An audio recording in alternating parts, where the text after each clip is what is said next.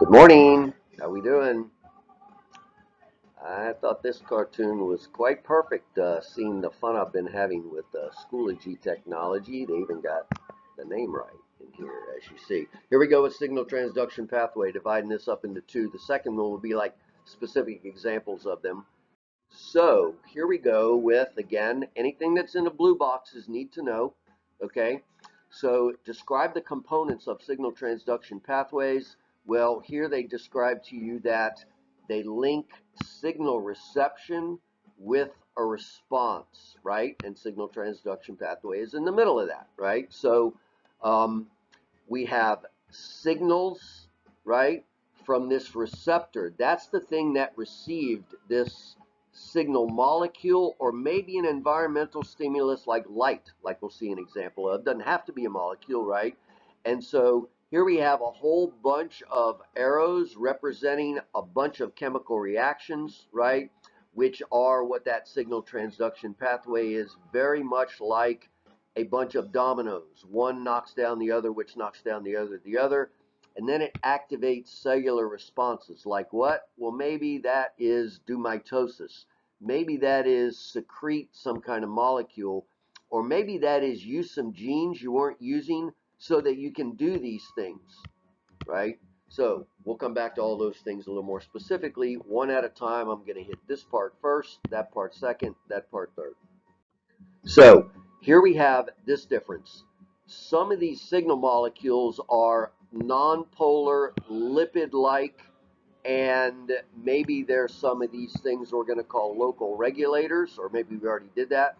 And they can go through the plasma membrane pretty easily. I'll shut the music off. And they can go through the plasma membrane pretty easily and meet their receptor, maybe even all the way in the nucleus. But it's no different in terms of this signal is going to hit this receptor. Okay, here's a word you're not going to probably call your first child: ligand, right? Ligand means something that attaches to something else. Lig means to attach, right? So this molecule they call a ligand. That's the signal molecule. It's going to attach to the receptor. Since this language is in the blue box, it might be in the test. They expect you to know what that means. Okay, so we have the fact that it might be a small chemical, a protein. It might be a lipid. In this case, it's a lipid that goes through, right? Or it might be usually a protein, almost always a protein, that can't get through the membrane because it's charged or big, and its receptor has evolved to be in the plasma membrane. But we have the same sequence of events. The reception of that signal causes a domino-like set of reactions called the signal transduction chemical pathway, right? The response might be an enzyme that's already in there gets activated. How? Its shape gets changed. Or it might be that a gene in here gets used to make an enzyme, because at the end of the day, this response is going to be caused by enzymes, basically now being activated and or made to cause this cell to do something different, right? What does this reception do? Once again, what happens to cause things to work that didn't used to work? Their shape changes. Some of these receptors are coupled to that kind of protein called a G protein. We'll get that example coming up soon. We've had that in class. Okay, here's a specific example. This is an illustrated example, no blue box, right?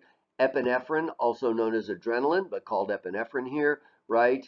This connects to a G protein linked receptor in this little diagram, and that causes this to happen, that. This is the signal transduction pathway. What's the response? Break down this starch called glycogen into glucoses. This happens in liver and muscle cells when your blood sugar gets low. Okay, what does this diagram show that the other ones didn't? Amplification. Here's the word in the blue box, right? What that means is that like one molecule can trigger the activation of 100 molecules, which might trigger the activation of 10,000, so on and so forth. That's what amplification means.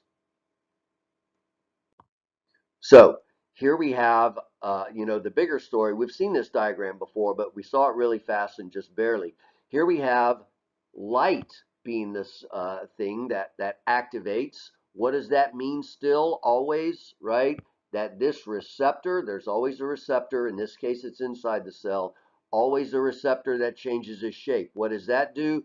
It activates something else. What does that do? It activates something else and something else, right? They told you they want you to know the name of G protein. And now we're going to add that they want you to know that there are things called second messengers. They specifically name the most common one.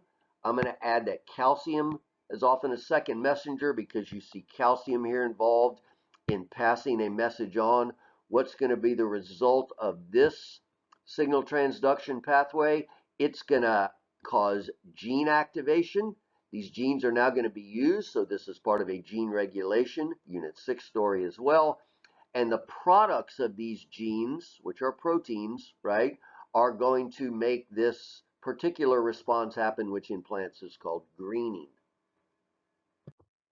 Okay, so you must have a deep understanding of the steps in cell signaling, amplification being involved, the recycling of relay molecules between activated and inactivated forms. When this inactive kinase gets activated, it's going to then be deactivated so it can do this again and again and again. That's what that means, right? Multiple roles of the same molecule. That's what that means. These molecules can go back and forth. And here for the first time today, I remind you that a kinase is an enzyme that can add a phosphate to something. Often that phosphate comes from ATP, right? And here you go in the blue box, they say we want you to know that. Many signal transduction pathways include proteins being modified because phosphates are being stuck to them. Why does phosphate being stuck to a protein modify it? Because phosphates are charged, and when they add to something, they tug and pull it, change its shape. Now it's going to be active, right? Activates that protein. So here again, blue box, here just a little more specification, and here the identification of those kinds of enzymes that do that phosphorylation. So here we have, all these diagrams are somewhat similar. Here's the reception of the signal. Here's the signal transduction pathway. Here's the response, which in this case, again, is due to a gene being used, right? Which makes an RNA, which then makes a protein, which is going to be active and cause this cell to do something different. Okay?